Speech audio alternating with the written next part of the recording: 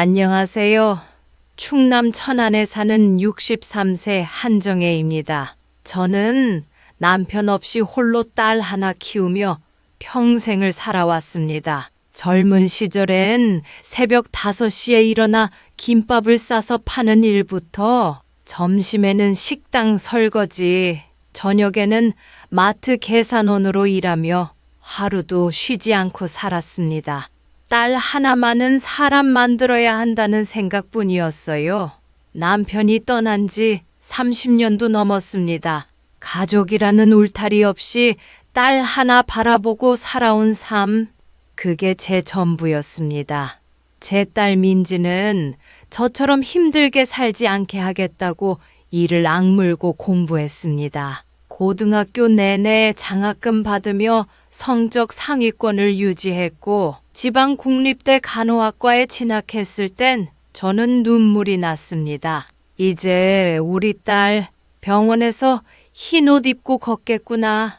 그게 얼마나 벅차고 감사했는지 모릅니다. 민지는 졸업 후 종합병원에 취직했고 응급실에서 일하면서도 단 한 번 힘들다고 투정하지 않았습니다. 힘들어 보일 때마다 저는 말했습니다. 민지야, 넌 엄마 인생에서 제일 큰 자랑이다. 누구보다 멋진 사람이야. 민지는 그런 저를 위해 매달 용돈을 보내주고 쉬는 날이면 대전까지 내려와 저를 시장에 데려가곤 했습니다.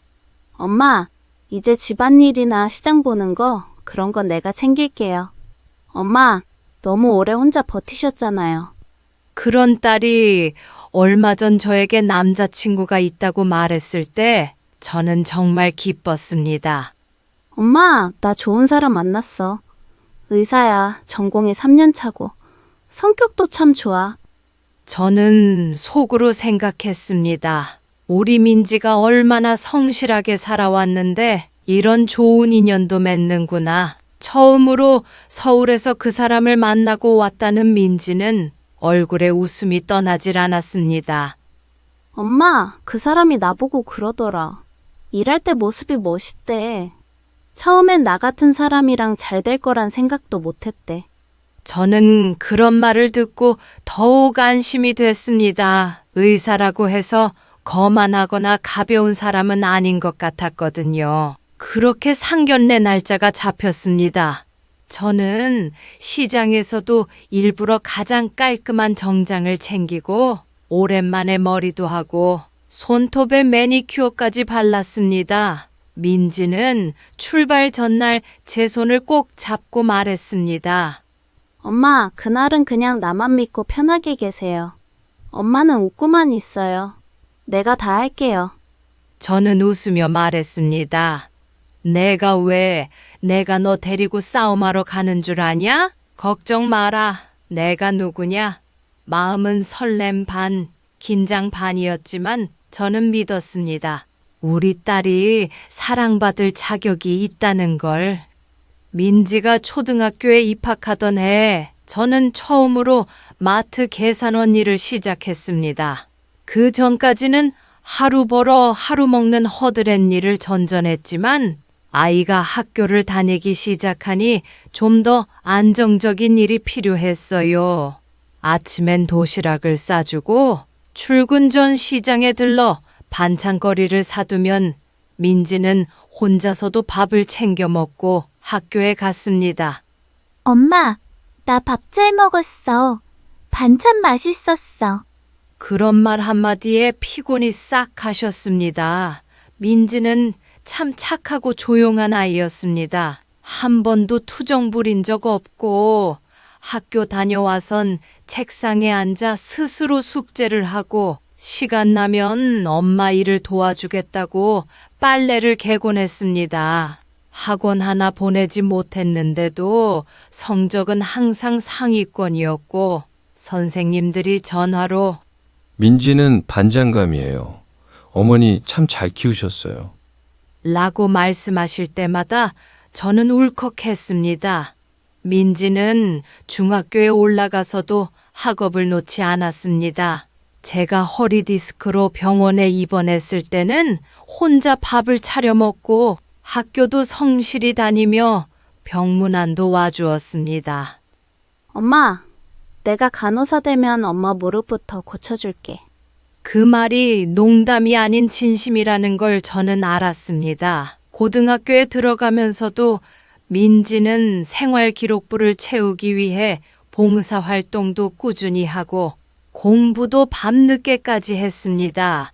등록금 걱정을 덜어주기 위해 장학금에 도전했고 결국 지방국립대 간호학과에 합격했습니다. 합격 통보를 받은 날 민지는 집 앞에서 뛰어오며 말했습니다. 엄마, 나 붙었어. 등록금도 장학금으로 다 나와. 저는 그 자리에 주저앉아 울었습니다. 진짜 우리 딸이 해냈구나 싶었어요.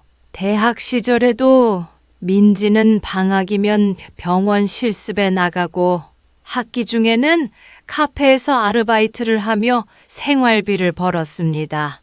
엄마, 나 괜찮아. 오히려 병원 일 배우니까 더 좋더라. 그렇게 졸업하고 처음 취직한 곳은 대전의 한 종합병원이었습니다. 응급실 간호사로 배정된 민지는 정신없이 바쁜 와중에도 단 한 번도 퇴사를 고민한 적이 없었습니다. 엄마, 오늘 CPR 2번이나 했어요. 심장 뛰게 했을 때 진짜 뿌듯했어요. 저는 그런 민지가 자랑스러웠습니다. 정장 한 벌도 변변이 없던 시절 민지는 월급을 모아 제게 패딩을 사주었습니다. 엄마, 이거 입으면 겨울에도 안 추워요. 나 이번에 야근 수당 많이 나왔거든. 그 옷을 입고 저는 그해 겨울에도 새벽장을 나갔습니다. 손님들 앞에서 우리 딸이 사준 거예요. 자랑할 때마다 어깨가 으쓱했습니다. 어느 날 민지가 집에 내려와 말했습니다. 엄마, 나 요즘 좋아하는 사람 있어.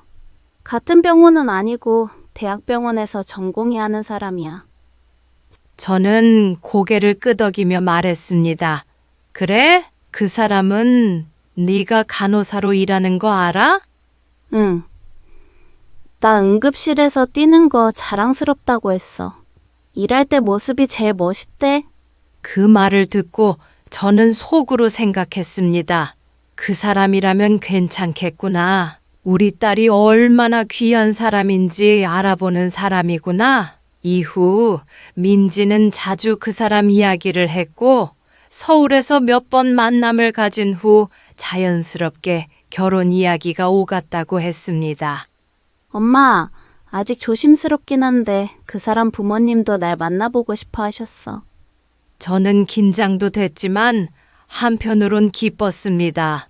이제 우리 민지도 가정을 꾸릴 때가 됐구나. 그렇게 상견례 날짜가 잡히고 저는 마음을 다잡았습니다. 혼자 키운 딸이 드디어 제 삶의 보답처럼 다가오는 것 같았고 그 하루가 우리 인생에서 가장 축복받는 날이 되길 바랐습니다. 상견례 당일 아침 저는 평소보다 2시간 일찍 일어나 머리를 말끔히 손질하고 옷매무새를 다듬었습니다. 정장 바지에 블라우스, 거기에 시장에서 일할 때 신던 신발 대신 예전에 한 번 사두고 못 신었던 구두를 꺼냈습니다. 민지는 제게 거울 앞에서 몇 번이나 웃으며 말했습니다. 엄마, 너무 예뻐요. 딱 좋아요. 긴장하지 말고 그냥 저 믿고만 계세요. 저도 따라 웃으며 말했습니다. 우리 딸이 시집 가는데 내가 어떻게 안 떨리겠냐. 약속 시간은 오후 2시였습니다. 강남 쪽 한정식 집에서 만나기로 했기에 11시 반에는 천안을 출발했습니다. 도착해서 보니 아직 아무도 오지 않았고 식당 직원이 예약석으로 안내해 주었습니다. 민지는 거울을 보며 머리를 한 번 더 만지고 있었고 저는 손수건을 무릎에 올려놓으며 속으로 주문을 외웠습니다. 오늘은 좋은 날이다. 우리 딸 복 받는 날이다. 그런데 약속 시간이 지나도 아무 연락이 없었습니다. 2시가 되고 2시 20분이 되고 민지는 초조하게 핸드폰만 바라봤습니다. 엄마, 전화 한번 해볼게요.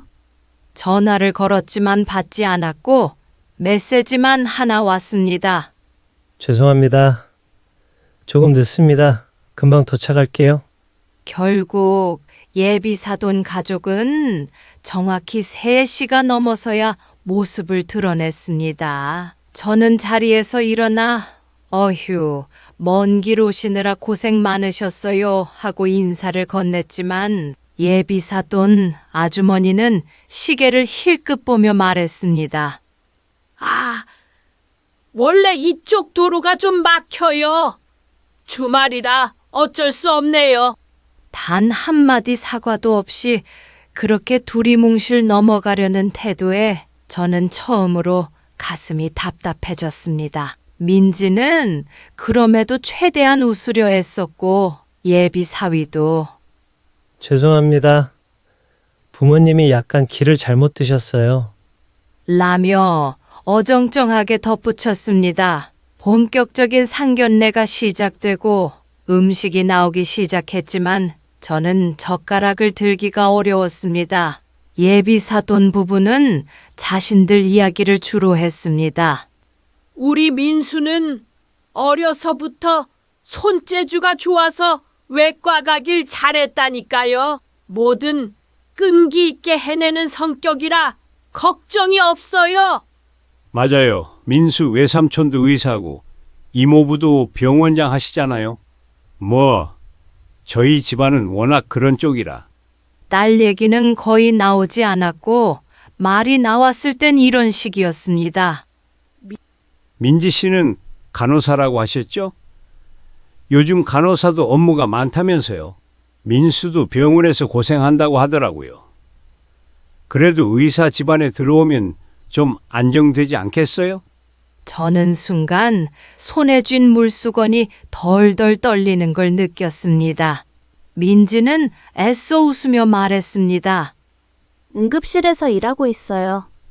아직은 정신없지만 보람도 커요. 예비 사돈 아주머니는 고개를 끄덕이면서도 말했습니다.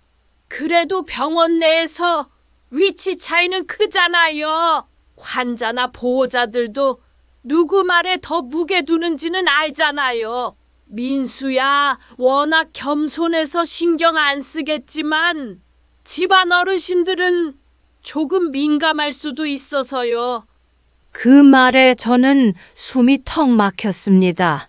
간호사라는 직업이 제 딸이 평생을 걸고 이뤄낸 그 길이 누군가의 기준엔 단지 의사보다 낮은 위치일 뿐이라니요.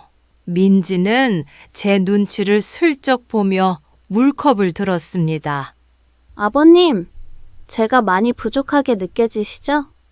예비 사또는 웃으며 말했습니다. 아유, 그런 거야. 요즘은 간호사도 다들 똑똑한 분들이 하시더라고요. 민수가 워낙 열린 사고라 저희도 마음 열었죠. 그 열린 사고라는 말이 오히려 더 모욕적으로 들렸습니다. 마치 간호사인 딸을 받아들이는 게 대단한 배려라도 되는 것처럼 말하는 태도에 저는 식은땀이 났습니다. 딸을 들여다보니 억지로 웃고 있었고 입술은 바짝 말라 있었습니다. 그 순간 제 안에서 무언가가 꿈틀대기 시작했습니다. 식사가 어느 정도 진행되고 디저트가 나오려던 참이었습니다. 저는 더는 참을 수 없었습니다. 수저를 천천히 내려놓고 말했습니다. 죄송한데 제가 말씀 좀 드려도 될까요? 예비사돈 아주머니는 놀란 듯 고개를 들었고 민수 어른은 물을 마시다 멈췄습니다. 민지는 당황한 듯 시선을 피하고 있었고 입술을 꼭 다문 채 테이블을 바라봤습니다. 저는 조용히 그러나 분명한 목소리로 말했습니다. 우리 딸 민지 어릴 적부터 성실하고 힘든 환경에서도 누구보다 열심히 살아온 아이입니다. 남편 없이 혼자 키우면서 그 아이가 병원에서 흰옷 입고 일하는 걸 보는 게 제 꿈이었습니다. 그런데 오늘 말씀을 들으며 제가 참 많이 속상했습니다. 예비사돈 아주머니는 억지로 웃으며 말했습니다. 아유, 제가 무슨 말을 그렇게... 하지만 저는 말을 끊지 않았습니다. 간호사는 의사를 보조하는 사람입니까? 그냥 그런 정도로만 봐도 되는 직업입니까? 저는 그렇게 생각하지 않습니다. 제 딸은 환자 곁에서 가장 먼저 뛰고 가장 늦게 퇴근하는 사람입니다. 아픈 사람 살리겠다고 밤새 심폐소생술을 몇 번이나 하고도 다음날 웃으며 일하는 아이예요. 민수 아버지는 조용히 고개를 숙였고 아주머니는 다소 당황한 얼굴로 말했습니다. 어머니, 그게 그런 뜻이 아니라 요즘 워낙 사회가 그런 걸 따지니까요. 저희도 나쁜 뜻으로 한 말은 아니고. 저는 한숨을 길게 내쉬었습니다. 1시간이나 늦으시고 사과 한마디 없으셨습니다.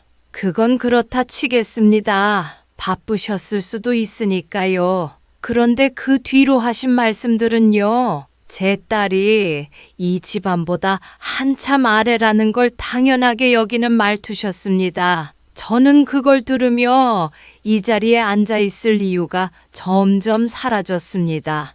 민지는 입술을 꾹 깨물며 말없이 고개를 숙였습니다. 손은 무릎 위에서 살짝 떨리고 있었고 눈가엔 눈물이 고여 있었습니다. 그 모습을 보는 제 가슴은 찢어질 듯 아팠습니다.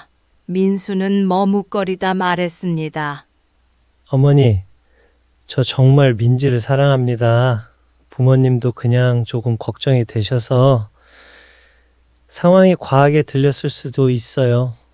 그 말을 듣고 저는 씁쓸하게 웃었습니다.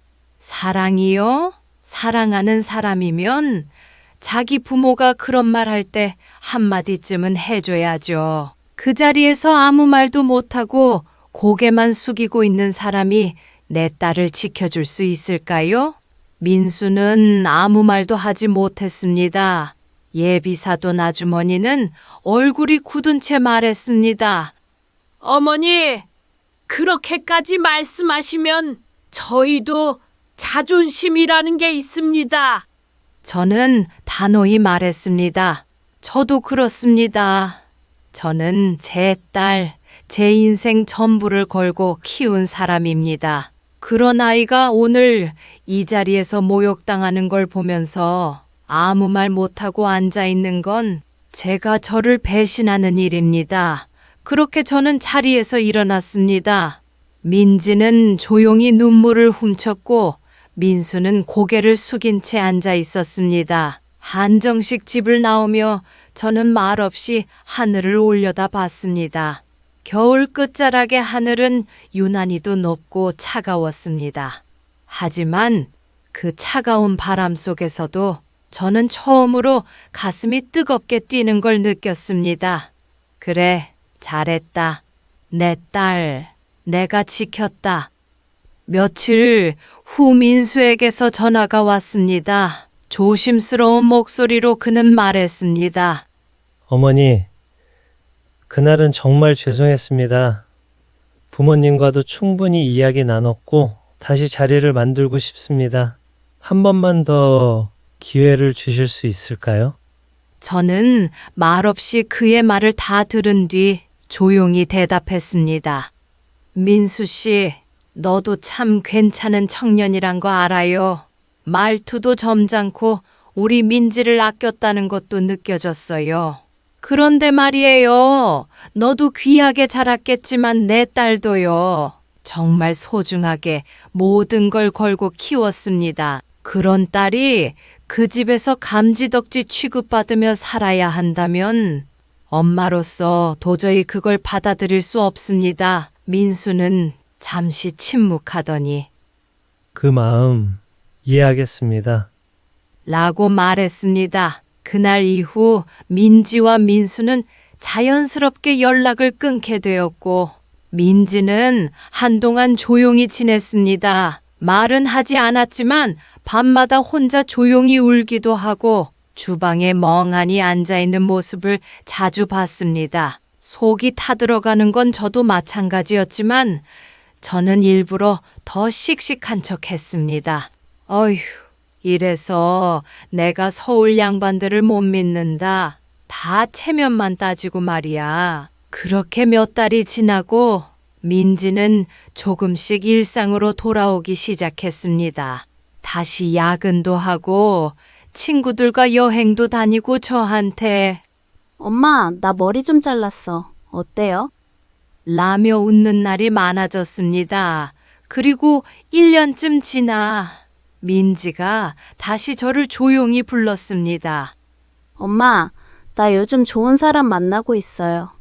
이번엔 정말 따뜻한 사람이에요. 내 직업도 존중해주고 엄마한테도 인사드리고 싶대요.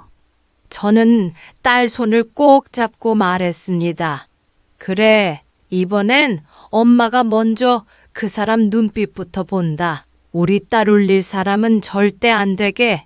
그렇게 딸은 결국 지금의 사위와 결혼했습니다. 전공은 다르지만 같은 병원에서 일하는 물리치료사였고 늘 딸의 손을 먼저 잡아주는 사람이었습니다. 결혼식 날 사위가 제게 말했습니다. 장모님, 어머님께서 얼마나 훌륭하게 민지를 키우셨는지 제가 평생 보여드릴게요. 저는 눈물이 핑 도는 걸 참으며 말했습니다. 내 딸한테 그 말 해준 사람 너 하나뿐이야. 그 마음 잊지 말고 살아줘. 지금 민지는 결혼 2년 차입니다. 주말이면 둘이 같이 내려와 저와 반찬도 나누고 장도 봐주고 갑니다. 저는 그 모습을 보며 생각합니다. 세상엔 딸 가진 엄마 마음을 모르는 사람도 많지만 알아주는 사람도 있구나. 결국 내 딸이 더 좋은 사람 만났구나. 이 영상을 보시는 분들께도 말씀드리고 싶습니다. 누군가가 당신의 딸을 조건으로 평가한다면 절대 가만히 있지 마세요. 우리 딸들은 누가 흥정해서 데려가는 존재가 아닙니다. 사랑받기 위해 태어난 존재고 소중하게 자라온 한 사람입니다. 제 이야기에 공감하셨다면 댓글로 여러분의 생각도 나눠주세요. 구독과 좋아요는 저에게 큰 힘이 됩니다. 끝까지 들어주셔서 감사합니다.